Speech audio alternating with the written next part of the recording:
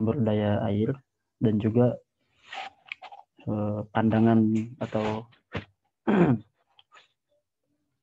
masalah-masalah lingkungan yang mungkin muncul dalam aktivitas ekstraksi sumber air, baik air tanah maupun air permukaan ya. Karena untuk air tanah mungkin kita sudah banyak bahas ya di hidrogeologi.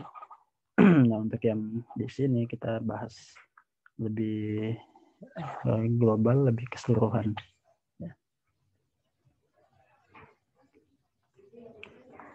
Nah, jadi ya kembali lagi ke asumsi dasarnya bahwa air ini adalah suatu senyawa ya, senyawa yang sangat dibutuhkan oleh manusia, dan planet kita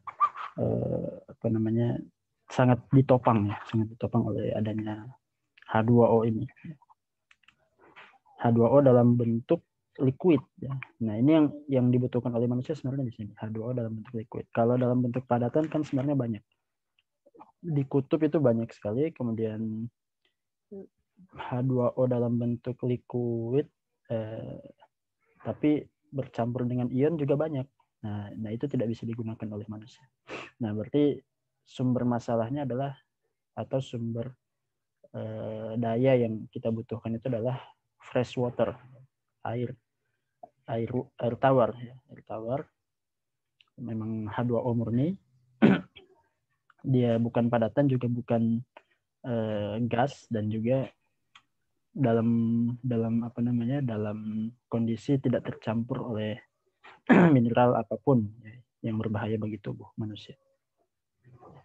Nah, ini yang menjadi concern ya. Kalau H2O sebenarnya jumlahnya melimpah banyak ya. Cuma kadang-kala ada yang sudah tercemar, ada yang sudah bercampur dengan ion-ion ya, jadi air asin ya, salin. Ada juga yang dalam kondisi padatan. Oke. Nah, kembali lagi ya, kita tergantung kepada siklus hidrologi ya. Siklus hidrologi menghasilkan fresh water melalui proses evaporasi, kemudian jatuh ke daratan ya, melalui hujan, proses presipitasi hujan, kemudian mengalir menuju sungai dan danau. Nah, itu untuk yang di permukaan. Kemudian yang di bawah permukaan ada proses yang namanya infiltrasi. Nah, manusia kadangkala memanfaatkan yang di permukaan dan juga memanfaatkan air segar itu yang ada di bawah permukaan. Dan itu juga masuk dalam neraca siklus hidrologi. Jadi adanya faktor manusia ya, antroposfer, itu juga mempengaruhi siklus hidrologi yang bekerja di bumi. Nah, ini gambaran globalnya seperti itu. Jadi manusia juga terlibat ya dalam siklus hidrologi ini. Nah, ini siklus hidrologi yang mungkin sudah pernah kita bahas di hidrogeologi juga. Jadi siklus hidrologi menggambarkan cyclic movement ya, pergerakan yang siklus dari air yang melalui dalam sistem bumi.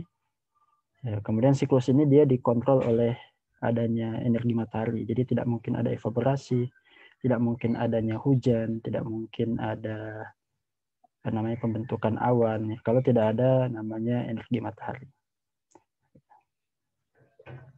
Kemudian evaporasi dari air laut itu akan menghasilkan jumlah yang besar untuk cadangan fresh water. Jadi ibaratnya air laut itu dimurnikan menjadi air segar itu melalui evaporasi.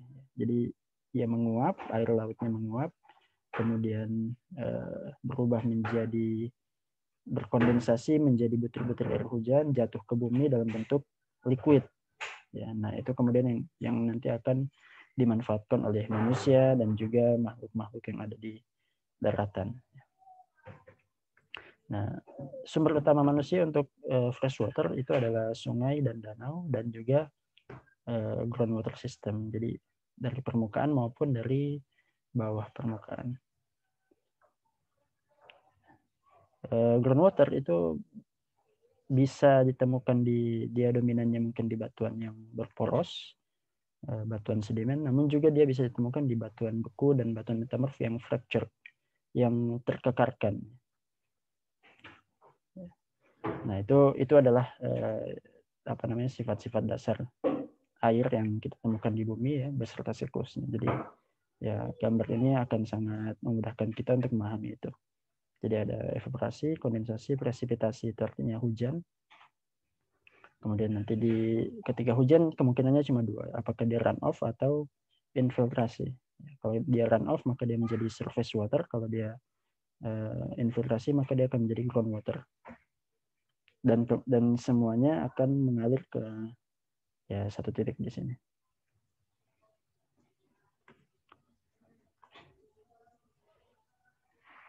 Nah ini penggunaan air tawar oleh manusia ya. Manusia itu menggunakan fresh water ya untuk seluruh aktivitasnya ya. Dan kemudian setelah digunakan itu biasanya tidak bisa digunakan kembali. Jadi sifatnya itu konsumtif, jadi habis sekali pakai. Ya. Misalnya kalau kita pakai MCK, nah itu kan sisa dari MCK-nya kan tidak bisa dipakai lagi. Nah itu yang terjadi ya, yang terjadi kebanyakan.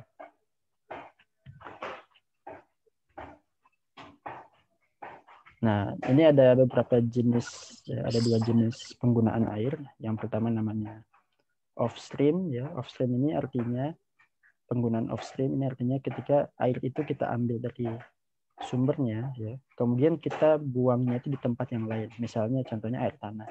Air tanah itu kan kita ambilnya di bawah permukaan lewat sumur mungkin atau lewat mata air. Kemudian hasil dari setelah digunakan oleh manusia itu kan ada sisanya ya, tidak semuanya masuk ke dalam tubuh kita.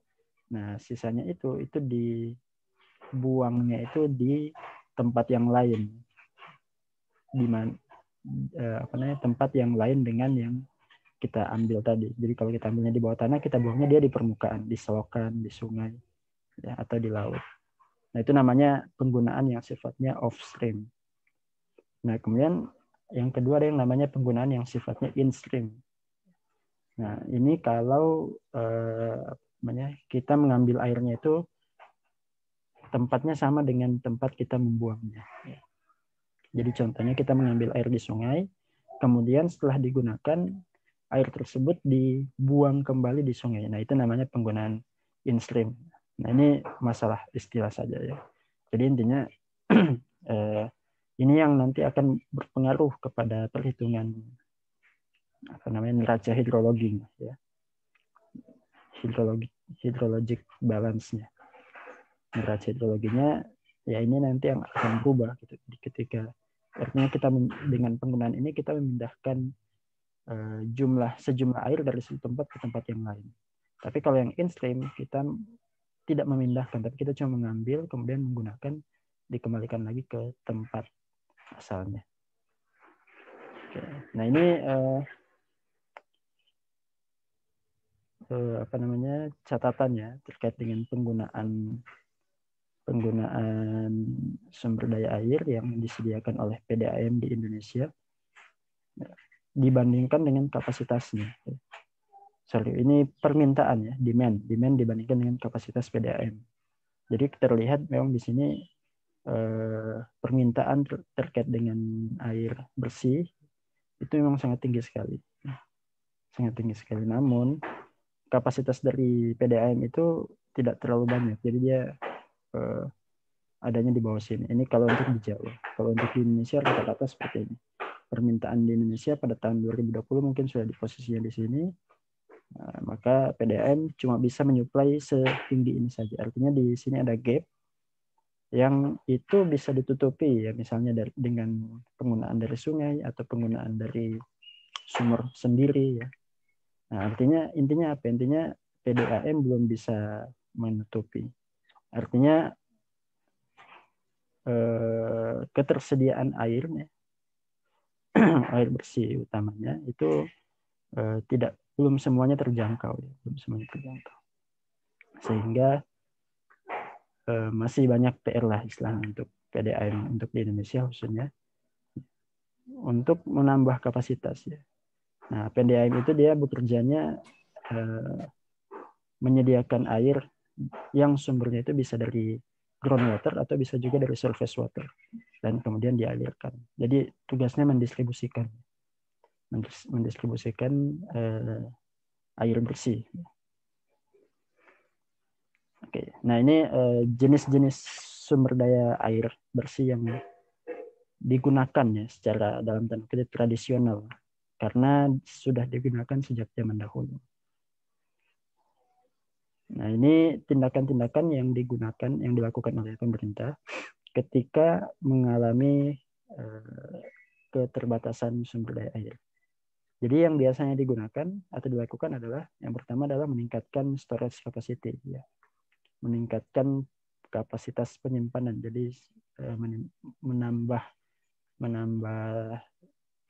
total kapasitas air yang bisa disimpan. Biasanya diekspresikan atau diimplementasikan dalam bentuk membangun waduk.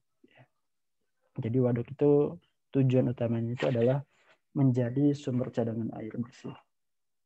Kemudian opsi kedua adalah dengan kalau misalnya di suatu daerah itu mengalami keterbatasan air, yang dilakukan itu bisa dengan mentransportasikan air dari sumber yang lain. Misalnya ada daerah yang kaya air, misalnya sungainya besar. Nah, itu airnya itu akan dialirkan dengan pipa ataupun dengan akuaduk. Akuaduk itu semacam saluran irigasi ya. Ini sudah dikerjakan dari zaman dahulu ya. Dari zaman Romawi pun sudah ada yang namanya akuaduk. Jadi semacam selokan gitu ya, semacam selokan yang melewati kota-kota untuk mengalirkan air. Nah, ini dilakukan ya ketika ada suatu daerah yang jauh dari sumber air, misalnya dari sungai yang besar. Nah, itu akuaduk itu dibuat untuk mendistribusikan aliran air sungai. Kemudian juga dengan membangun melakukan program-program konservasi, penghematan air, efisiensi air. Nah, itu yang dilakukan. Jadi tidak menambah. Ya. Kalau ini kan menambah jumlah airnya. Kalau ini membuat jumlah airnya merata. Kalau yang ketiga ini mengendalikan penggunaannya. Jadi konsumsinya yang dibatasi. Nah, kemudian untuk yang sekarang di negara-negara maju sudah dilakukan juga usaha-usaha dengan membangun atau menghasilkan sumber air dengan cara-cara yang non-tradisional. Misalnya dengan melakukan desalinasi, menghilangkan kandungan salin, menghilangkan kandungan garam dari air laut. Kemudian ya ini, secara sukarela menghimbau masyarakat untuk membatasi penggunaan. Nah, ini beberapa solusi yang dilakukan oleh pemerintah. Nah, ini kita akan bahas dulu. Untuk yang tradisional ini kita akan masuk di poin 1 dan 2. Nah, ini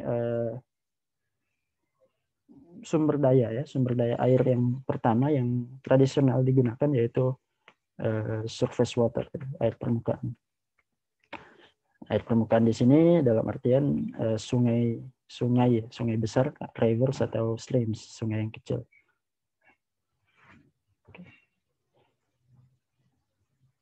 Nah, sungai itu bisa dibilang dia menyalurkan atau mengumpulkan air segar, ya, air fresh water, air tawar yang jatuh ke bumi melalui proses presipitasi atau hujan, kemudian mentransportasikan air tersebut menuju laut. Jadi dia melewati daratan ya, untuk menghantarkan air hujan tadi itu sampai ke laut. Nah, ini adalah sifatnya sungai seperti itu.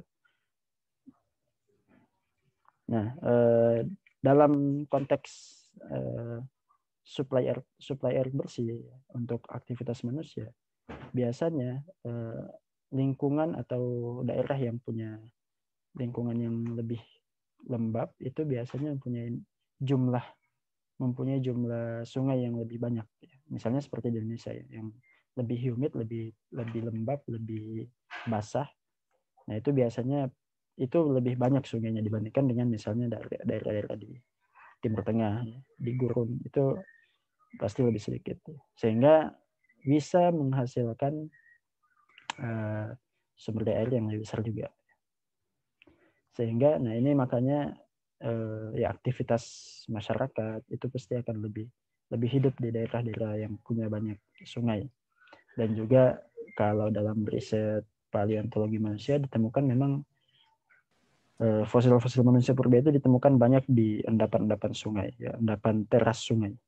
Karena memang manusia purba itu kan sama kebutuhan dasarnya mirip dengan kita, ya, dengan manusia yang membutuhkan sumber air, sehingga ya mereka banyak berkembangnya di sekitar sungai. Dan kalau kita lihat juga peradaban dunia ya kebanyakan memang lahirnya di sekitar sungai, ya. Sungai, peradaban Indus, ya, peradaban Mesir di sekitar sungai Nil atau Mesopotamia. Nah, itu semuanya tergantung oleh adanya sumber air yang disediakan oleh sungai. Oke, nah ini kaitannya dengan sungai. Nah ini aquaduk, ya, ini contohnya aquaduk. Jadi ada semacam jalur aliran yang dibuat untuk mengalirkan air, ya, dari daerah yang punya sumber daya yang besar dialirkan ke tempat-tempat yang punya sumber daya kecil. Kemudian di Amerika juga ada petanya, ya, ini menunjukkan peta sebaran aquaduk.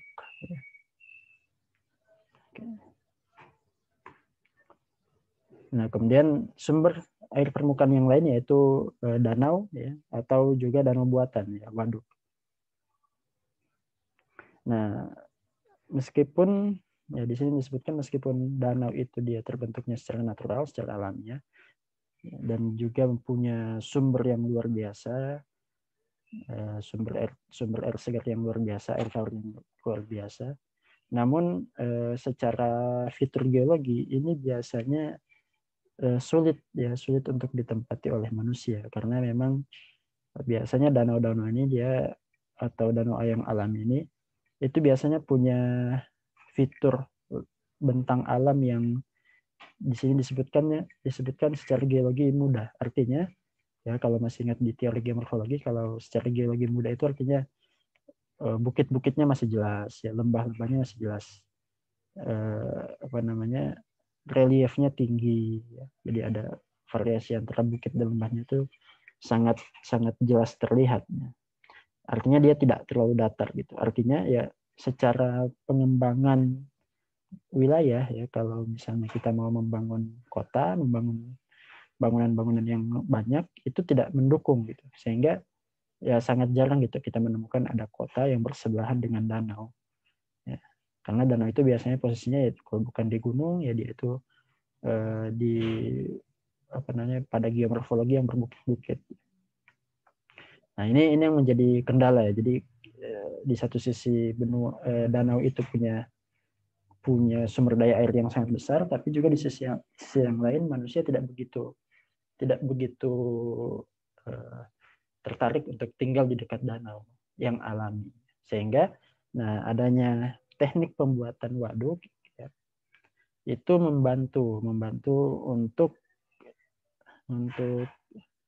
mengatasi hal tersebut. Jadi waduk itu ibaratnya ya sebagai danau pengganti, karena danau yang alami kebanyakan sulit untuk ditempati atau dikembangkan menjadi kota. Maka adanya waduk itu membantu, ya, manusia untuk tetap tinggal di kota tapi juga mempunyai sumber daya air yang besar, ya. Selain itu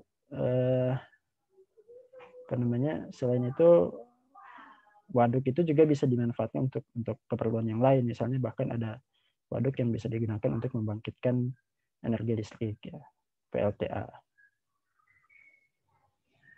Namun seperti itu, ya, kalau kita lihat pembangunan bendungan atau waduk, ya. Jadi biasanya bendungan itu bisa sekalian sebagai waduk, bisa juga cuma dia itu menahan laju air saja. Nah, yang banyak di Indonesia biasanya kita menggunakan bendungan itu sebagai waduk juga. Jadi bendungan, kita membendung sungai ibaratnya gitu. Kita tahan aliran sungai, kemudian kita penuhi. Jadi daerah tersebut kita genangi dengan air. Jadi awalnya mungkin cuma memenuhi sungai, tapi ketika dibuat bendungan jadinya dia bisa menenggelamkan desa-desa di sekitar sungai tersebut. Nah, ini yang menjadi masalah juga. Jadi pembangunan bendungan itu memang membantu, tapi di satu sisi juga akan menenggelamkan desa-desa di sekitar sungai. Begitu juga kalau misalnya kita membuat bendungan atau waduk yang utuh ya semuanya. Nah, itu secara teknis itu sangat sangat berat memang, sangat berat, dan resiko jebolnya itu jauh lebih besar dibandingkan kalau kita membangun bendungan kemudian sebagai waduk. Nah, ini beberapa masalah ya, masalah lingkungan yang bisa berdampak. Oh iya, masalah yang lain adalah akan terganggunya ekosistem. Jadi kalau kita ibaratnya awalnya cuma sungai, kemudian kita bendung, kemudian dia menjadi waduk, ya menjadi bendungan sehingga menggenangi daerah yang luas, nah itu otomatis akan mengganggu ekosistem yang ada di situ. Artinya dahulu di situ ekosistemnya sungai yang arusnya kencang, airnya sedikit, ya kemudian dibendung menjadi danau, dan di depan danau otomatis aliran airnya juga mengecil gitu. Artinya ekosistem di depan danau juga akan di depan bendungan juga akan terganggu, di belakang bendungan juga akan berubah. Nah, itu masalah-masalah lingkungan yang mungkin muncul. Nah, ini contohnya ya. Jadi ini danau di Colorado ya. Bukan danau, bendungan. Jadi ini kan awalnya kan sungai ya. Ini kita lihat lembah sungai. Ya mungkin kan garis sungainya mungkin cuma segaris di sini. Tapi ketika ditinggikan di sini maka otomatis ya sungainya itu membanjiri daerah-daerah di sampingnya. Sehingga lembah sungainya itu melebar. Bisa dibilang lembah sungainya melebar sampai ke sini. Nah, inilah yang kemudian ya otomatis kalau misalnya dulu di sini ada desa, ya di sini terpaksa pindah. Ini juga ya, kalau dalam kasus di Indonesia ya banyak kasus seperti itu, banyak desa yang terpaksa direlokasi untuk pembangunan bendungan atau untuk penggenangan bendungan. Nah, ini bendungannya ini bisa digunakan sebagai pengontrol banjir, jadi kita bisa mencegah terjadi banjir di depan sini, di kota sini bisa ibaratnya kalau hujan deras di depan kota sini ini tidak akan lagi terkena banjir ya.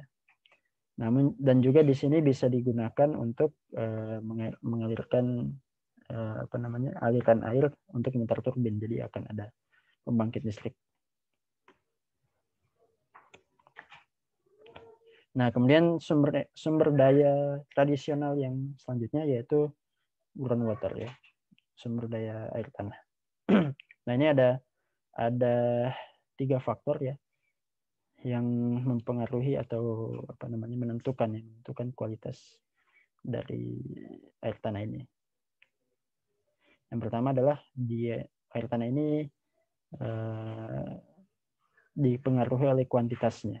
Kuantitas seberapa banyak cadangan sumber air tanah. Nah, itu menjadi alasan pertama untuk kita memanfaatkan sumber daya ini. Kemudian apakah dia itu mudah untuk diambil atau tidak? Apakah ngebornya itu dalam atau enggak, dangkal atau dalam. Kemudian yang ketiga adalah kualitasnya. Jadi ini ya, kuantitas, kualitas, dan kemudahan untuk diambilnya. Nah, ini tiga parameter ini yang harus diperhitungkan ketika kita mau melakukan pengambilan air tanah. Nah, ini ya, mungkin sudah dibahas juga. Intinya adalah air tanah itu tersimpan di dalam porositas batuan, yang mana porositas batuan ini nanti akan terisi oleh ya fluida, ya air tanah ataupun minyak ataupun udara. Ya. Kalau di batuan yang sedimentary kita akan dapatkan lebih banyak porositas dibandingkan dengan batuan kristalin ya, batuan beku ataupun batuan metamorf ya.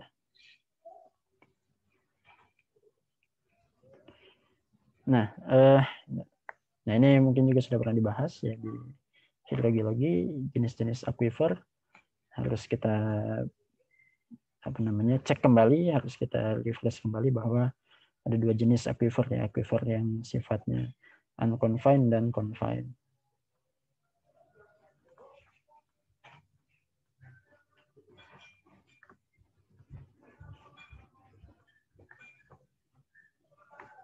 Nah ini skemanya. Jadi ketika kita memanfaatkan air tanah, maka kita pun harus care dengan zona yang kita sebut sebagai zona recharge-nya. Jadi ada yang namanya zona recharge. Ini adalah zona di mana air tanah itu terisi. Kemudian di sini namanya zona discharge, di mana air tanah itu dikeluarkan. Di sini discharge. Nah, zona recharge itu nanti akan mestinya dia dibiarkan tetap terbuka supaya air tanah itu atau air hujan itu bisa masuk dengan mudah. Jadi kita harus terlebih dahulu harus membuat kondisi geologinya, ya, menjelaskan kondisi geologinya, bagaimana kondisinya. Ternyata kalau kita lihat di gambar ini posisinya seperti ini. Jadi ini ada aquifer yang pertama yang tergolong unconfined, kemudian di bawah sini ada confined aquifer, ini juga ada confined aquifer. Nah, kemudian nanti di sini air hujannya bisa masuk ya lewat di sini. Kalau yang confined aquifer dia bisa masuk dari manapun, dari sini, dari sini, dari sini. Di sepanjang permukaan ini dia bisa masuk. Tapi kalau yang unconfined dia cuma bisa masuk di satu titik, yaitu di sini. Yang ini juga cuma bisa masuk di sini. Maka di sini otomatis harus dikonservasi. Ya. Ini tidak boleh, ya, daerah ini tidak boleh dibangun, tidak boleh ditutup. Nah ini yang kemudian kita kenal dengan zona imbuhan, ya, zona daerah resapan air, atau kalau ada hutan di situ disebut sebagai hutan lindung. Jadi tidak boleh dibuka, tidak boleh ditambang, tidak boleh dibangun, ya, bangunan-bangunan fisik. Nah, nanti kemudian dia akan discharge di tempat-tempat ini, ya. Dia akan discharge di sini, ya, di sini, dan di sini. Nah, mungkin masih ingat juga konsep sumur artesis, ya. Jadi sumur artesis itu akan terjadi ketika sumurnya itu lebih rendah dibandingkan potensiometrik dari lapisan unconfined yang teratas. Dari lapisan confined, ya. Jadi dari lapisan confined. Jadi ini sumurnya ada di lapisan confined, kemudian potensiometriknya ada di sini, maka semua sumur yang ada di permukaan ini, ya, yang posisinya di bawah garis ini, nah ini nanti semuanya artesis semua nih. Kalau di sini ada sumur, maka di artesis, sini juga artesis. Tapi begitu kita bikin sumur di sini, ya, nah ini tidak akan artesis. Dia hanya akan menggenangi sampai di sini saja, sesuai dengan potensiometriknya, sehingga harus diangkat ke atas pakai pompa atau pakai timba manual. Nah, bagaimana pergerakan groundwater, ya? Jadi intinya adalah groundwater bergerak dari daerah dengan area yang memiliki potensial energi yang tinggi menuju ke area dengan potensial energi yang rendah. Nah, kalau dalam konsep yang sudah kita pelajari, ya, berdasarkan hukum Darcy, itu dinyatakan dalam hydraulic head, ya. Jadi kita harus mengukur hydraulic head di tiap titik untuk mengecek, ya, untuk mengecek apakah ini titik yang punya hydraulic head tinggi atau rendah, sehingga kita bisa tahu apakah air tanahnya itu mengalir dari sini atau menuju sini. Nah, ini tahun 1896 seorang insinyur Prancis bernama Henri Darcy melakukan eksperimental matematika, kemudian menuliskan hubungan antara gradien hidrolik dan konduktivitas hidrolik, ya, yang pada aliran air tanah melalui material yang sifatnya granular, berbutir, atau yang berporositas. Oke. Nah, kemudian ada juga yang namanya spring, ya. Jadi spring ini sesungguhnya adalah tempat di mana air tanah itu discharge keluar dengan konsentrasi yang tinggi, ya, di permukaan. Jadi tempat keluarnya air tanah yang di permukaan secara alami. Jadi tempat keluarnya air tanah di permukaan secara alami, tanpa perlu pompa, tanpa perlu dibuatkan sumur. Nah, itu yang namanya mata air. Dan juga dengan konsentrasi yang cukup ya. Jadi nanti akan dibedakan juga dengan rembesan. Kalau rembesan itu dia mirip seperti spring juga, tapi dia lebih kecil debitnya. Nah itu jadi tapi prosesnya sama. Prosesnya adalah itu sama-sama dari aquifer ya, sama-sama dari bawah permukaan. Tapi kemudian spring itu dia lebih terkonsentrasi tinggi. Nah, spring yang dia itu berasal dari aquifer yang dalam itu biasanya mempunyai salinitas yang tinggi ya. Dan ini tidak cocok untuk konsumsi manusia. Nah, jadi di aquifer juga kadang-kala kita akan temukan ada namanya air formasi atau groundwater yang sifatnya itu salinitasnya tinggi karena dia tidak mengalami sirkulasi. Dia tidak mengalami sirkulasi, tidak mengalami recharge dan discharge, sehingga pada saat pertama kali dikeluarkan dia itu memiliki salinitas yang tinggi. Nah ini acap kali ditemukan ya. Kalau kita mengambil air tanah pada kedalaman yang sangat dalam.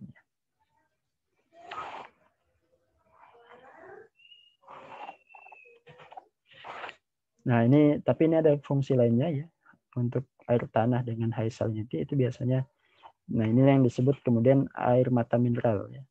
Mata air mineral. Mata air mineral yang itu punya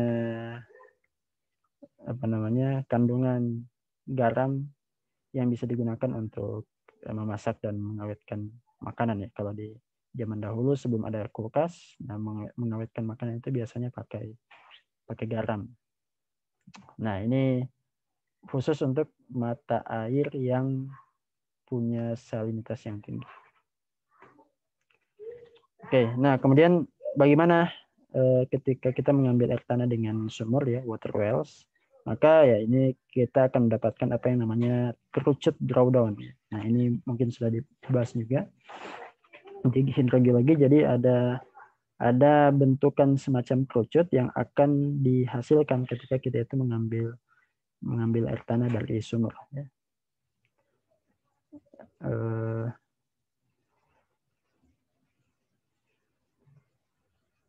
Pada zaman dahulu mungkin sebelum ada sumber pompa saat ini yang bisa dipompa baik secara mekanik maupun secara elektrik, orang itu sudah mulai memanfaatkan teknik sumur ini untuk mengambil air tanah meskipun cuma melalui sumur yang digali dengan tangan, hand dug wells. Jadi sumur gali, kalau di kampung-kampung mungkin sumur gali yang diameternya mungkin sangat besar ya. Nah itu salah satu bentuk pemanfaatan air tanah melalui sumur. Kalau yang modern ini biasanya dilakukan atau digalinya tuh kalau di daerah yang luas yang cukup lapang itu biasanya kita pakai drilling rig, jadi kayak semacam menara pengeboran tapi dia yang nempel di truk ya, truck mounted drilling rig. Jadi tidak perlu dipikul ya. Kalau di Indonesia kan banyak yang sumur atau yang mesin pengeboran yang itu dipikul oleh manusia. Nah, untuk yang modern itu kita biasanya pakai yang dibawa oleh truk. Kemudian digalinya itu dengan rotating drill bit, mata bor yang sifatnya rotasi, dia berputar ya. Artinya kan dia butuh kecepatan yang tinggi. Kemudian akan menghasilkan sumur dengan diameter yang cukup kecil, hanya sekitar 25 cm sampai ke permukaan.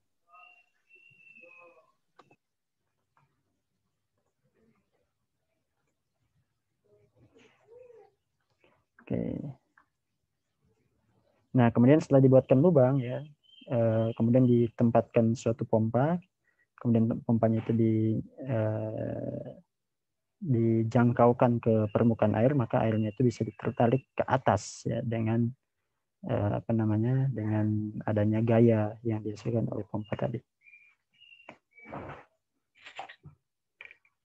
Nah, akibat pengambilan air itu maka efeknya adalah hydraulic head ya di dalam sumur itu akan berkurang. Dan efeknya berkurangnya itu nanti akan membentuk kerucut. Membentuk kerucut yang tidak ada gambarnya. Membentuk kerucut yang nanti akan membuat di sekitarnya itu akan menurun juga ya, akan menurun. Jadi ini nanti akan berpengaruh juga kepada kalau misalnya kita itu ambil airnya itu sangat besar, nanti kerucutnya itu juga akan semakin melebar. Kerucutnya akan membesar dan akan berdampak ke pengguna di sekitar sumur kita. Sehingga ini harus diatur sebenarnya karena akan mempengaruhi penggunaan pada apa namanya penggunaan kalau misalnya di rumah ya di tetangga kita atau kalau misalnya di perusahaan. Nah, ini akan berpengaruh kepada sumber-sumber warga. Ya. Nah, ini makanya kalau di regulasinya itu ada aturannya. Jadi kalau misalnya hotel, nah itu dia maksimal boleh pasang sumur dengan debit sekian ya. Karena kalau dia melebihi debit itu dikhawatirkan akan berdampak kepada rumah penduduk atau usaha yang ada di sekitarnya. Jadi ada batasan sebenarnya. Nah, disinilah banyak kejadian sebenarnya ada yang namanya pencurian air tanah. Jadi pencurian air tanah itu maksudnya di situ. Jadi dia memasang pompa yang punya kapasitas sedot dengan debit yang melebihi batasnya. Nah ini yang banyak kasus ya, kalau di Jakarta itu banyak kasus seperti ini. Nah kalau seandainya seandainya ketangkep ya, ketahuan, nah itu biasanya itu sanksinya kalau nggak salah dilarang lagi untuk mengambil air tanah. Jadi ibaratnya diskorsing, dia tidak boleh lagi menggunakan air tanah dan efeknya tentu ke usaha bisnisnya. Usaha bisnisnya nanti akan terhenti ya, terhenti.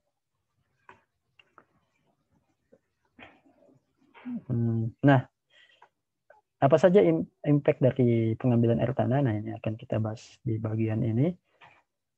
Jadi secara umum masyarakat itu sudah merasa diuntungkan ya dengan penggunaan sumber air tanah, apalagi dengan adanya mesin pompa itu memudahkan sekali. Jadi kalau dahulu manusia itu cuma hidupnya di dekat sungai, nah sekarang dengan adanya sumur dan kemudian ada mesin pompa, manusia itu bisa meluaskan daerah domisilinya, meluaskan daerah di mana mereka itu tinggal. Jadi tidak lagi berpusat di sungai. Mereka bisa saja pindah ke tempat lain yang jauh dari sungai, tapi tetap bisa mengakses air tanah dengan pompa dan sumur. Nah, ketika kita mau menggunakan menggunakan air tanah, itu sebaiknya kita itu harus mengetahui dulu sistem aquifernya. Kemudian bagaimana aquifer terisi. Kita ngambil airnya dari aquifer yang confined atau unconfined. Sehingga kita sadar bahwa ketika kita ngambil ini untuk mengembalikan sumber daya air tanahnya, yang mana yang harus kita konservasi. Kalau misalnya kita tahu bahwa ini air tanahnya unconfined, maka berarti kita harus memastikan ada daerah resapan yang cukup supaya si aquifer unconfined ini bisa terisi kembali.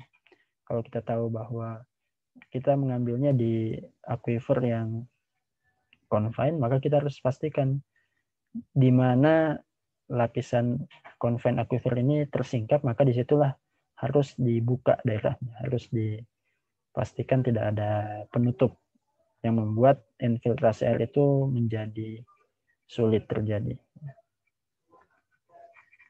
Oke.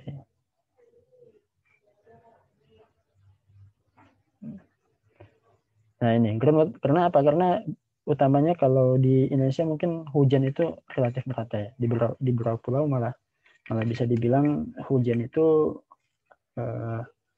jadi tidak ada musimnya. Jadi dia hampir tiap bulan ada hujan sehingga tertolong dengan adanya recharge yang cukup banyak. Namun di tempat-tempat yang lain yang sifatnya itu jarang terjadi hujan atau curah hujannya rendah, rainfall-nya rendah, maka itu tentu ini menjadi penting sekali ya, untuk mengamati poin kedua tadi ini, mengamati aquifer sistem aquifernya, di mana dia recharge, di mana dia discharge, berapa kapasitasnya, curah hujannya ada berapa, sehingga kalau kita mau konsumsi air ya maksimal mestinya berapa. Nah ini ya skemanya ya. Nah, dampak yang pertama yang terjadi ketika ada pengambilan air tanah ya, yang terjadi itu adalah yang disebut sebagai groundwater mining ya. Groundwater mining. Jadi groundwater mining ini adalah kondisi ketika water level ya, ketinggian air di aquifer itu secara terus-menerus menurun ya. Kenapa? Karena recharge-nya itu lebih kecil dibandingkan dengan discharge-nya. Jadi ibaratnya ya lama-kelamaan dia akan habis dan terus-menerus habis. Artinya pemasukannya lebih rendah dibandingkan dengan yang dikeluarkan. Nah, ini akan menjadi suatu problem yang serius ya, karena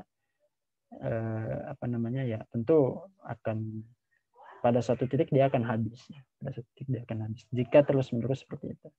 Nah, ini yang tentu harus dicek ya dengan monitoring yang terus berkala.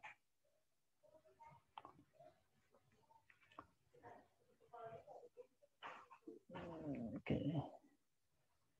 Nah, ini contohnya ya di suatu daerah di Arizona ya, terlihat memang ya ini dampak dari semakin meluasnya kota ya. Tahun 1877 mungkin cuma segini, kemudian 1905 yang hijau, 1919 sampai sini, 45 sewarna yang kuning, dan 1999 sampai seluas ini. Yang artinya apa? Artinya ya semakin luas, semakin banyak pula yang mengakses air tanah di bawah permukaannya. Mestinya groundwater recharge-nya itu harus lebih besar ya. Ternyata di sini ya most of groundwater recharge occur thousand of years ya. Jadi dia terjadinya ya ribuan tahun ordenya gitu. Artinya air yang diambil hari ini adalah air yang masuk ke dalam lapisan air tanahnya, lapisan aquifernya pada ribuan tahun yang lalu. Artinya dia akan kembali, kalau ada hujan hari ini yang masuk ke dalam tanah, itu akan mestinya harusnya dikonsumsinya itu ribuan tahun yang akan datang. Nah, ini yang harusnya dikendalikan. Ada dampak yang lain sebenarnya selain dengan kehabisan air. Nah, ini kemudian dampak yang kedua ya, kalau misalnya kita terus-menerus mengambil air tanah, maka yang terjadi adalah kita harus meningkatkan kemampuan sumur kita ya. Ya, di sini disebutkan dengan meningkatkan biaya sumur. Kenapa? Karena yang pertama pompanya itu tentu harus diturunkan lagi, karena semakin menurun permukaan air tanah, maka posisi pompa itu harus lebih di bawah lagi. Artinya kita tentu butuh pompa yang lebih bisa masuk lagi, kemudian artinya kita butuh daya angkat yang lebih tinggi lagi. Nah, ini kita membutuhkan more electricity untuk mengangkat air ya dengan jarak yang jauh lebih besar dibandingkan sebelumnya. Karena apa? Karena semakin menurun permukaan air tanah. Kemudian petani yang yang kalau di Indonesia mungkin kita tanah hujan masih banyak ya, petani tanah hujan, sawah tanah hujan. Jadi sawah yang memanfaatkan semata-mata dari air hujan. Jadi tidak pakai irigasi, apalagi yang pakai air tanah. Nah, untuk di daerah-daerah yang kekurangan hujan itu biasanya petaninya pakai irigasi yang dari air tanah juga. Nah, itu tidak lagi menjadi menguntungkan untuk membangun atau ya menjalankan bisnis pertaniannya, karena ya sumber daya air ya itu harus diperoleh dengan biaya yang besar ya. Sumurnya harus diperdalam lagi, kemudian biaya atau daya listrik yang dibutuhkan untuk mengangkat air itu jauh lebih besar lagi. Maka tentu cost bisnisnya atau cost produksinya pasti akan meningkat ya. Sehingga ya udah, berarti untuk meminimalisir biaya tentu kembali lagi dengan memanfaatkan curah hujan alami, yang mana ya tidak di semua daerah bisa melakukan hal tersebut. Kemudian nah ini dampak lain ketika kita mengambil air tanah, yaitu berkurangnya debit sungai dan aliran mata air. Karena ya debit sungai, apalagi yang base flow, yang sungainya itu diperoleh dari air tanah, dari aquifer, ya, tentu itu akan berkurang debitnya, karena hydraulic head di di lapisan aquifer menurun, begitu juga dengan aliran mata air. Jadi kalau ada masyarakat yang masih memanfaatkan mata air juga akan terdampak dengan pengambilan air tanah di apa namanya dengan pompa ini.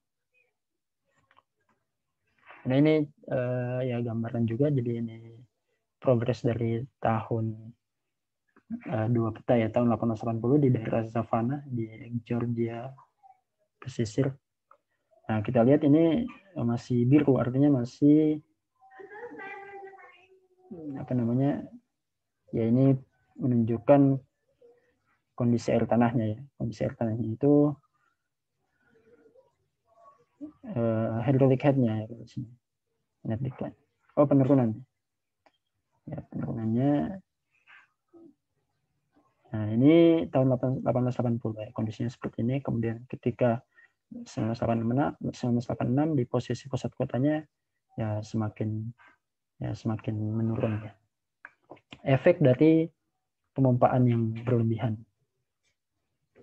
Jadi kita bisa lihat ini ada pusat fluidnya, condepressionnya ya, yang terdampaknya adalah di sekitar sini. Kemudian, nah dampak yang lain dari pengambilan air tanah adalah akan terjadi intrusi air laut atau intrusi ya air asin dari laut. Ini utamanya terjadinya di coastline, di garis pesisir.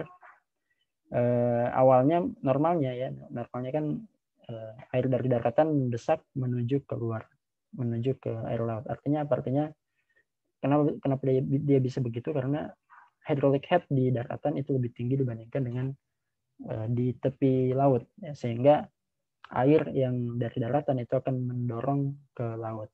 Tapi ketika di darat ini diambil terus, maka otomatis hydraulic head-nya akan menurun dan akan ada suatu titik di mana hydraulic head di laut itu lebih tinggi sehingga akan mendorong terjadinya intrusi, ya. Terjadi intrusi masuk ke dalam batuan yang menyimpan air fresh water.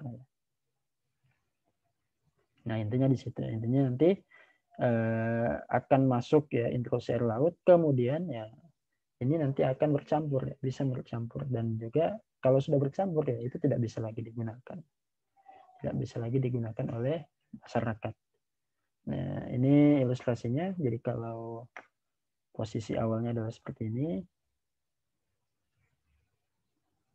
ya, ini adalah posisi awalnya. Jadi ketika belum ada pemompaan ya posisi awalnya masih seperti ini. Jadi nanti air laut dan air darat itu air tawar dan air laut itu tidak akan bercampur ya, secara alami karena memang memiliki densitas yang berbeda. Namun ketika nanti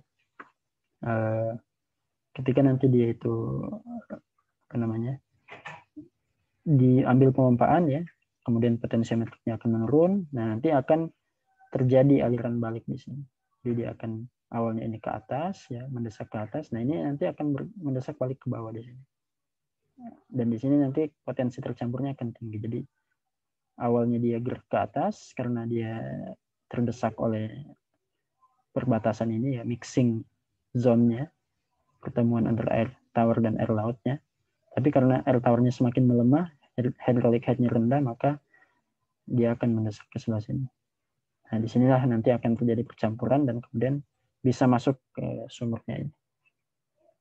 Nah, di sini yang coklat ini ya, jadi sumurnya nanti statusnya itu sudah jadi air payau lah istilahnya gitu ya. Yang coklat-coklat ini air payau. Jadi ini air segar, fresh water, ini salt water. Nah, kemudian ini air payau.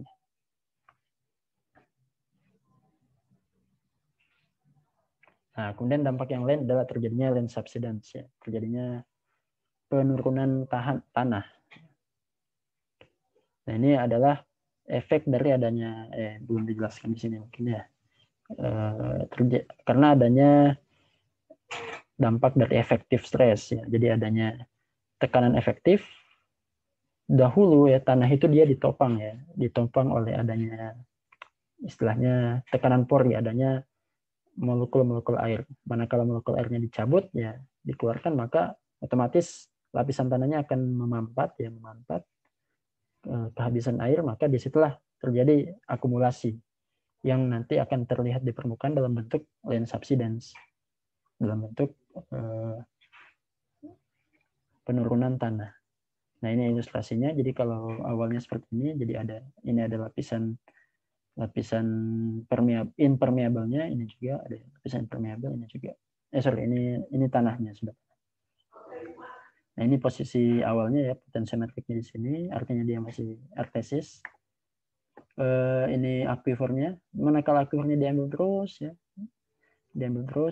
Nah, ini nanti kemudian yang akan berdampak itu di sini ya. Jadi potensiometriknya akan menurun ya. Dan lapisan yang awalnya dia itu impermeable, itu awalnya dia biasanya juga menyimpan air ya.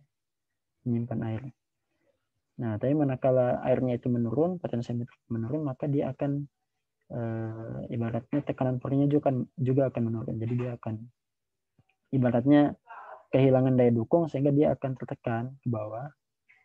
Dia akan menyusut menjadi kompaksi. Nah, disinilah nanti yang akan terlihat ya. Penurunan ini akan diakomodasi di permukaan dalam bentuk penurunan seperti ini. Nah, inilah yang kita sebut sebagai land subsidence. Kalau di Indonesia mungkin sudah terlihat di Jakarta, ya, kemudian di Semarang juga, di Surabaya, di Madiun, Ponorogo itu sudah ada tanda-tandanya. Di Bandung juga. Ya, itu murni karena selain karena memang kalau di Jakarta memang karena secara geologi persatuan batuannya memang masih banyak yang sangat muda ya, batuan yang sangat muda yang memang masih memungkinkan adanya kompaksi secara alamiah ya untuk membentuk batuan yang lebih kompak, tapi juga dipercepat dengan adanya pengambilan air tanah yang banyak, yang besar. Nah, ini gambaran yang menunjukkan, nah ini ya, awalnya permukaan tanahnya itu di sebelah sini, kemudian ditunjukkan bahwa ternyata dia sudah turun sampai ke sini. Jadi ini untuk menunjukkan bahwa terjadi land subsidence di kota Mexico City sebagai salah satu kota yang punya konsumsi air tanah yang cukup besar. Oke, nah itu beberapa masalah ya yang muncul ketika kita melakukan pengambilan air tanah. Kemudian bagaimana cara kita untuk menentukan ketika kita membutuhkan sumber daya air bersih, water supply mana yang perlu kita pilih. Nah, biasanya kalau di kota ya karena sudah ada PDAM, maka kita biasanya akan mengikuti apa yang sudah disediakan. Apa yang sudah disediakan oleh municipal supply system ya. Ya, kadang-kala ada yang juga kalau misalnya tidak dipenuhi oleh PDAM ya, maka mereka melakukan inisiatif sendiri dengan membuat sumur air tanah. Nah, jadi pilihan yang tradisionalnya itu untuk konsumsi rumahan itu pilihannya adalah apakah surface water atau groundwater. Atau kalau di kampung ya, kalau di kota ya mungkin PDAM atau kita bikin sumur sendiri. Nah, tentu ini pun harus melihat 3 hal tadi ya, kuantitas, kualitas, dan kemudahannya. Kuantitas, kualitas, dan kemudahannya. Kalau misalnya kita mengambil langsung dari air sungai, air permukaan, maka ini kita membutuhkan suatu proses tambahan ya, dengan melakukan filtration atau treatment ya. Kalau misalnya dia banyak sedimen harus difiltrasi. Kalau misalnya dia punya kontaminasinya cukup tinggi, harus ada treatment khusus. Kalau di kampung-kampung dulu mungkin ada semacam filtrasi tradisional ya, dengan ijuk, kemudian dengan ada batu, pasir, kemudian ada kapur ya, dilapis-lapisi seperti itu. Nah, itu tujuannya sebenarnya untuk filtrasi, untuk menjernihkan air ya. Nah, itu salah satu teknik yang sudah digunakan di nenek moyang kita dari zaman dahulu ya. Nah, ini ilustrasinya ya, kalau municipal water supply dia seperti ini ya, dia biasanya mengakses dam ya. Kemudian dari dam ini biasanya akan melalui dulu filtration dan treatment, kemudian nanti akan dialirkan ke elevated storage. Nah, gunanya apa ya, ini kalau masih ingat konsep hydraulic head, gunanya diangkat ke atas ini ya untuk menambah elevation head-nya. Ya, elevation head-nya ditambah supaya apa? Supaya hydraulic head-nya besar dan bisa dialirkan ke rumah-rumah di sekitarnya. Nah, ini tidak cuma satu sumbernya, tapi dia punya sumber yang lain, yaitu groundwater well. Nah, ini juga dimasukkan ke sini, kemudian dialirkan ke atas, diangkat untuk mendapatkan hydraulic head yang lebih besar lagi. Nah, kemudian di beberapa tempat ada yang memanfaatkan alternative sources, ya, jadi tidak tradisional. Jadi kita memanfaatkan sumber-sumber yang lain.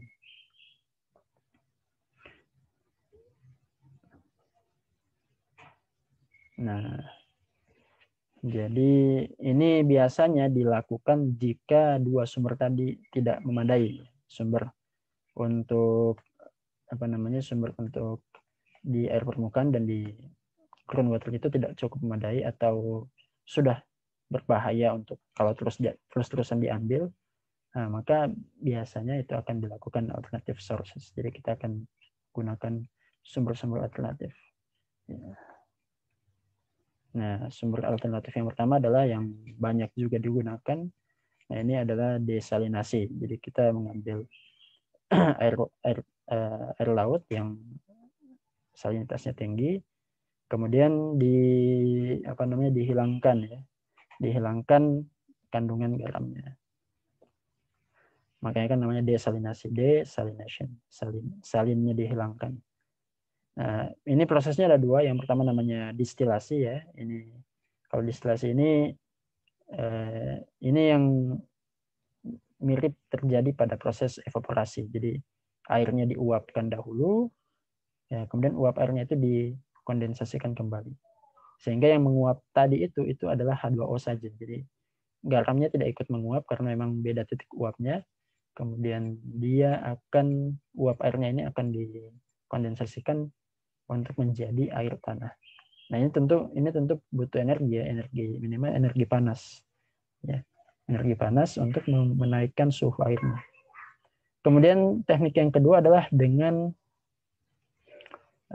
reverse osmosis. Jadi kita melewatkan air laut itu di suatu membran yang bisa menahan ion-ion garamnya, sehingga yang terlewat di membran itu hanya H2O saja. Nah, ini juga bisa seperti ini. Nah, namun ini menghasilkan masalah. Karena apa? Karena buangannya itu berupa garam yang sangat tinggi. Garam yang sangat tinggi konsentrasinya. Karena kan airnya sudah dihilangkan. Nah, ini yang menjadi masalah, bagaimana nih mau dibuang kemana? Kalau dibuang ke laut lagi nanti akan mengganggu salinitas laut, ya. Nah, ada yang mengambil solusi si garam ini dibuang kembali di selokan pembuangan. Jadi kalau misalnya ada buangan air fresh, ya, fresh water yang sudah digunakan lah untuk kebutuhan domestik atau kebutuhan yang lain. Nah, airnya itu dicampurkan dengan garam ini. Jadi dia menjadi air asin kembali. Karena kalau dibuang di laut itu nanti akan meningkatkan, ya, sangat tinggi sekali kandungan garamnya.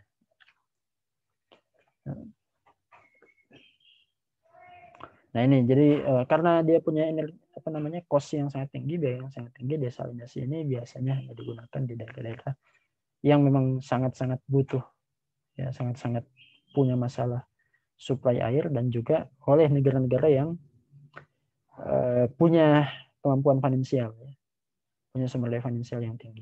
Negara-negara teluk yang punya produksi minyak sangat tinggi, nah itu tentu kan punya kemampuan finansial yang tinggi juga. Nah, mereka banyak menggunakan teknik ini untuk menyelesaikan masalah air bersih mereka. Kemudian teknik yang kedua atau usaha yang kedua yaitu dengan melakukan daur ulang. Jadi air yang sudah digunakan itu digunakan kembali, tapi untuk fungsi yang lain misalnya. Kalau ini banyak yang sudah banyak digunakan itu misalnya dengan apa namanya, menggunakan air hasil apa namanya, hasil penggunaan domestik digunakan untuk keperluan yang lain. Misalnya yang paling sederhana mungkin air sisa mandi itu dipakai untuk flushing, ya, untuk membilas toilet, ya. Kalau misalnya pakai toilet duduk atau toilet yang bisa nge-flush otomatis, nah itu bisa tuh digunakan seperti itu. Jadi kita menggunakan air bekas, misalnya bekas masak atau bekas cuci piring atau bekas bekas sikat gigi, ya, bekas wastafel gitu ya, atau bekas mandi, shower, itu bisa digunakan untuk keperluan-keperluan lain yang bukan keperluan untuk diminum gitu, atau untuk dikonsumsi. Misalnya untuk siram bunga atau untuk irigasi atau untuk yaitu flushing. Nah, itu bisa digunakan. Jadi kita istilahnya memperpanjang penggunaan airnya. Jadi tidak langsung dibuang, tapi disimpan dulu untuk penggunaan yang lain. Nah, bisa juga seperti itu. Nah, untuk di kasus di industri ya dan domestik ini ada penggunaan khususnya.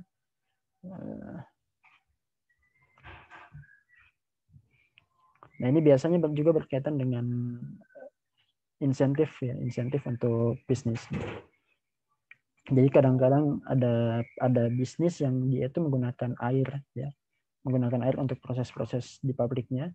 Nah, itu ketika tidak dibutuhkan air yang aman ya, yang butuh standar aman untuk diminum, nah itu disarankan untuk menggunakan air yang sifatnya sudah recycle.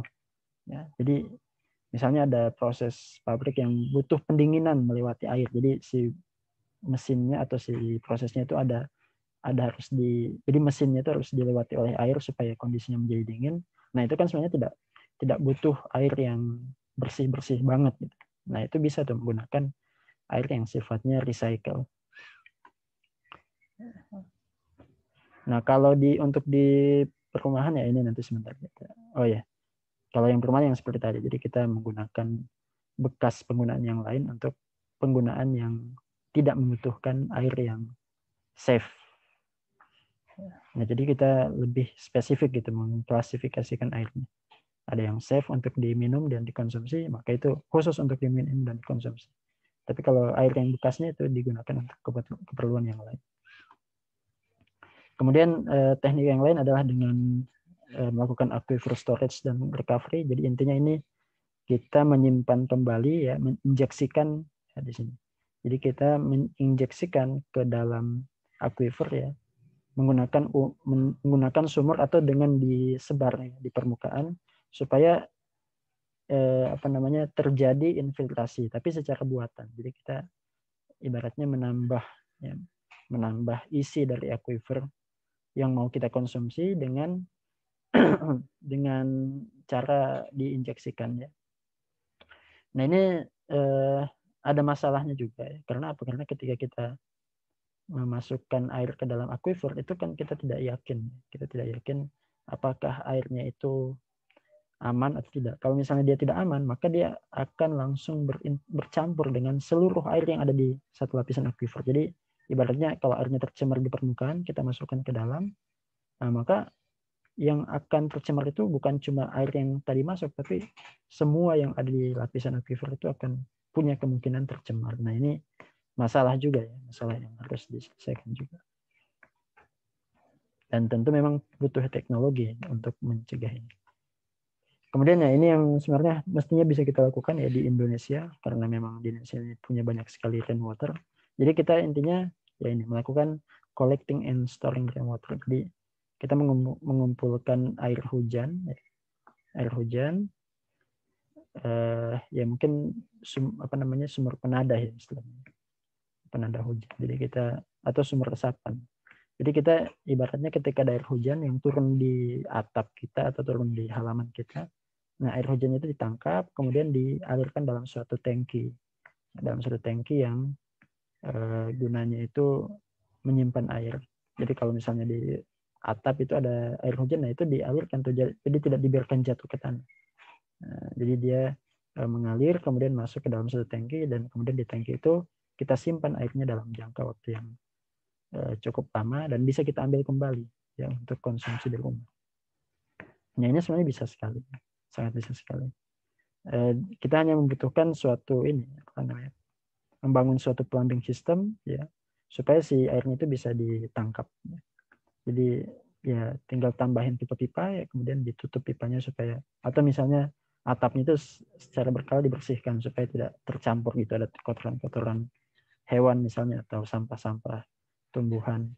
Nah, itu dibersihkan secara berkala supaya nanti ketika ada air hujan tidak ikut masuk gitu ke dalam tangki penyimpanannya. Atau bisa juga dibuatkan semacam saringan supaya tidak ikut ke dalam aliran tersebut. Nah, ini sebenarnya sangat bisa kita lakukan. Kalau misalnya kita punya, utamanya kalau rumah yang ada halamannya, nah ini sangat membantu. Nah, cuma kan kadang-kala rumah sekarang halamannya tidak ada gitu. Nah, ini yang perlu agak sedikit mikir lagi ya. Disimpan di mana tangkinya coba.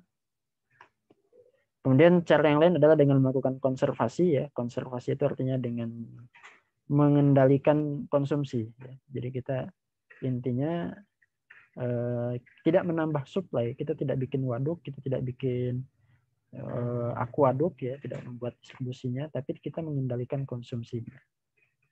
Jadi nah ini konservasi ini ada dua kategori. Yang pertama yang berkaitan dengan praktek secara engineeringnya ya, mulai dari pumping sistemnya, kemudian perabotannya ya, penggunaan shower itu sangat membantu sebenarnya. Penggunaan shower, kemudian keran yang otomatis.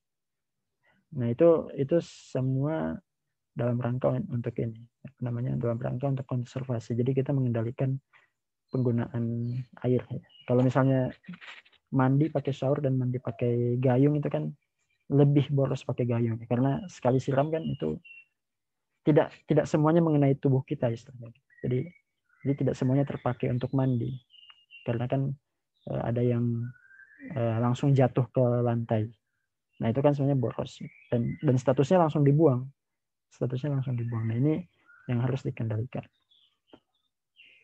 Kemudian, nah selain itu juga secara habits ya, behavioral practice. Jadi masyarakatnya juga harus diedukasi supaya istilahnya mengurangi penggunaan air. Jadi meminimalisir penggunaan air. Misalnya kalau ya itu tadi ya, kalau wudhu ya, kalau misalnya yang muslim kalau mau ambil air wudhu ya itu kerannya tidak usah besar-besar, gitu. Tidak usah lebar-lebar. Kemudian kalau ada hobi untuk tanam-menanam, nah itu menyiramnya itu lebih efektif ya. Jadi kalau misalnya menyiram tanaman ya udah menyiram tanamannya tepat pada tanamannya. Jadi tidak menyebar kemana-mana sehingga banyak yang terbuang. Nah itu contoh-contoh yang lain. Nah ini kalau yang khusus untuk domestik ya, ini domestik dan komersial. Nah ini juga ada yang khusus ya, misalnya kayak landscape di sekitar rumah ini juga harus dikendalikannya. Jadi kalau misalnya suka tanam-tanaman di depan rumah, nah ini pilihlah tanaman-tanaman yang tidak membutuhkan banyak air untuk dirawatnya. Jadi dia cuma butuh air sedikit sudah cukup tumbuh. Nah itu tanaman-tanaman seperti itu yang mungkin bisa mendukung usaha konservasi. Kemudian penggunaan air di dalam rumah ya. Toilet flushing kan sudah ada itu, yang flushingnya itu tidak semuanya pakai air, kadang-kala cuma pakai tekanan ya, udara. Dan kemudian ya ini behavioralnya itu harus diubah untuk memunculkan mindset untuk mengurangi penggunaan air, jadi meminimalisir penggunaan air. Nah kalau yang secara munisipal, secara pemerintahan kebijakan, nah ini juga harus digalakkan. Jadi misalnya menggalakkan low flow toilets ya, toilet dengan air yang kecil, kemudian shower head ya, penggunaan shower head itu harus diperbanyak ya, pemberian insentif supaya semua rumah mengganti, atau pembuat perumahan itu disarankan untuk membuat spesifikasi rumah dengan harus ada shower, tidak boleh lagi ada yang membangun pakai bak dan seterusnya. Nah, itu hal-hal yang lain yang bisa dilakukan untuk mendukung konservasi.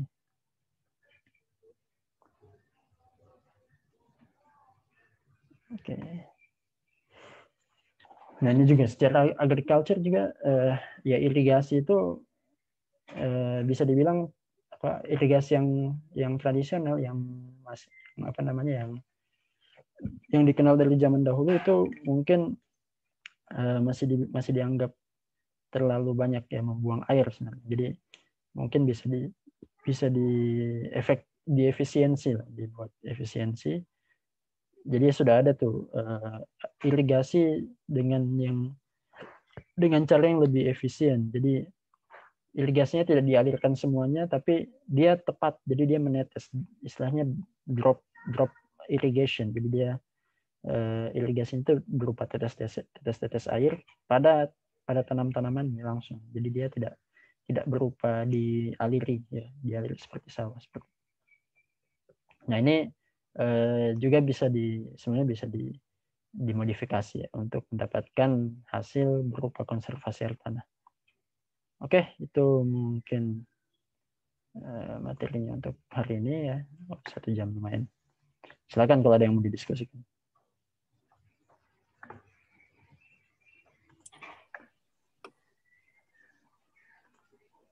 Mau tanya Pak? Ya. Itu udah agak lama sih saya pernah baca berita itu untuk di calon ibu kota baru di Indonesia itu Kalimantan itu kan katanya untuk gedung-gedungnya nanti sumber airnya mau pakai air sungai ya Pak katanya.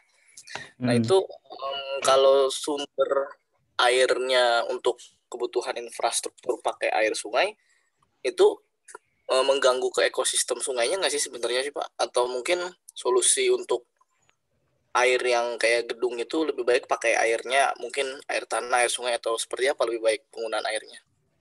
Terima kasih.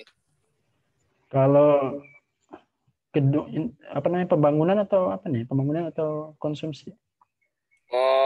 Buat kalau beritanya sih itu buat pembangunan kayak sanitasi gitu sih Pak. Jadi gedung-gedungnya sumber airnya untuk air sanitasinya pakai air sungai. Ya sebenarnya tidak masalah ya.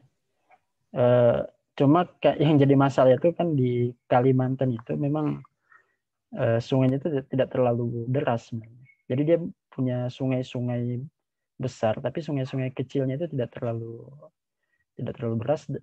deras dan ini apa namanya sedimentasinya tuh tinggi sekali kalau pernah lihat ya. Saya juga pernah ke sana ya melihat kondisinya. Ya memang kalau di sana agak jadi diskusi juga nih ya. Sumber daya airnya kan di sana secara air tanahnya juga tidak terlalu bagus ya. Malah ketebalan lapisan impermeable-nya itu tebal sekali, belasan meter. Ya. Kemudian dibilang ya kita mau pakai surface water. Nah, surface water ini dari mana? Dari sungai. Ya. Nah, sungainya itu ternyata pas dilihat juga ya itu sedimentasinya tinggi sekali. Nah, kemudian dijawab lagi kalau mau pakai harvesting rainwater. Jadi kita pakai air hujan tadi. Nah, itu juga curah hujan juga tidak terlalu tinggi di sana. Jadi ya, lumayan gersang juga sih. Lumayan rendah. Ditambah lagi potensi pembakaran hutan yang artinya itu akan menyebabkan hujan asam. Nah, itu kan jadi tidak semakin layak gitu ya, tidak semakin layak siapa namanya solusi-solusi tadi. Tapi kalau masalah bisa atau enggak ya bisa aja untuk kita itu pakai sungai ya, air sungai. Cuma ya itu apakah sudah dihitung ya. Nah, itu makanya penghitungan itu penting sekali. Kualitasnya, kuantitasnya, kemudian apakah aksesibilitasnya itu ekonomis atau enggak. Apakah lebih ekonomis pakai PDAM atau enggak. Ya, selama pengalaman saya di sana ya PDAM juga sering mati, ya. Air tanah juga susah karena tanahnya gambut. Ya memang susah sih di sana. Bahkan untuk sekelas kebutuhan warga saja. Ya apalagi kalau misalnya itu untuk kebutuhan pemerintahan dan atau pembangunan. Kalau misalnya bisa aja ya. Masanya dihitung atau enggak. Nah, itu yang belum muncul tuh hitungannya tuh. Ya, gitu ya. Ya, makasih Pak. Yuk. Ya, silakan kalau masih ada yang mau ditanyakan.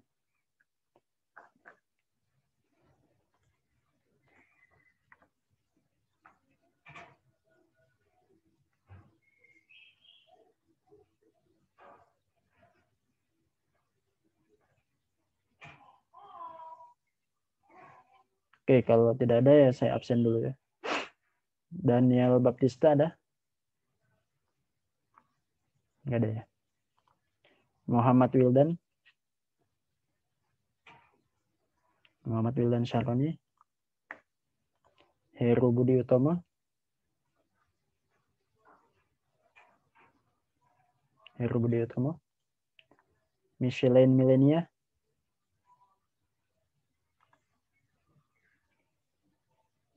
Milenia. Ada.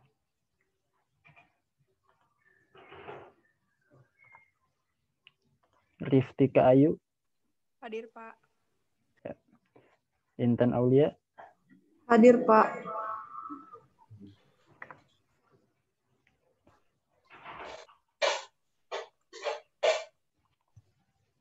Mediana Aulisti. Hadir, Pak.